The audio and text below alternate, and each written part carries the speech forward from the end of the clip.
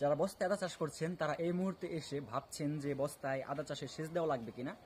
তো তাদের জন্য আজকের এই ভিডিওটি তৈরি করেছি।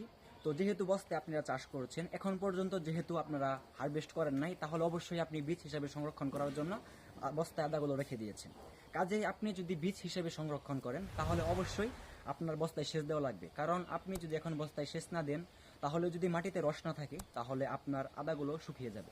আর বস্তায় যদি আদাগুলো শুকিয়ে যায় তাহলে আপনি ওটা বীজ হিসেবেও সংরক্ষণ করতে পারবেন না, প্লাস বাজারে যদি বিক্রি করেন তাহলে এটা আপনি ভালো দাম পাবেন না।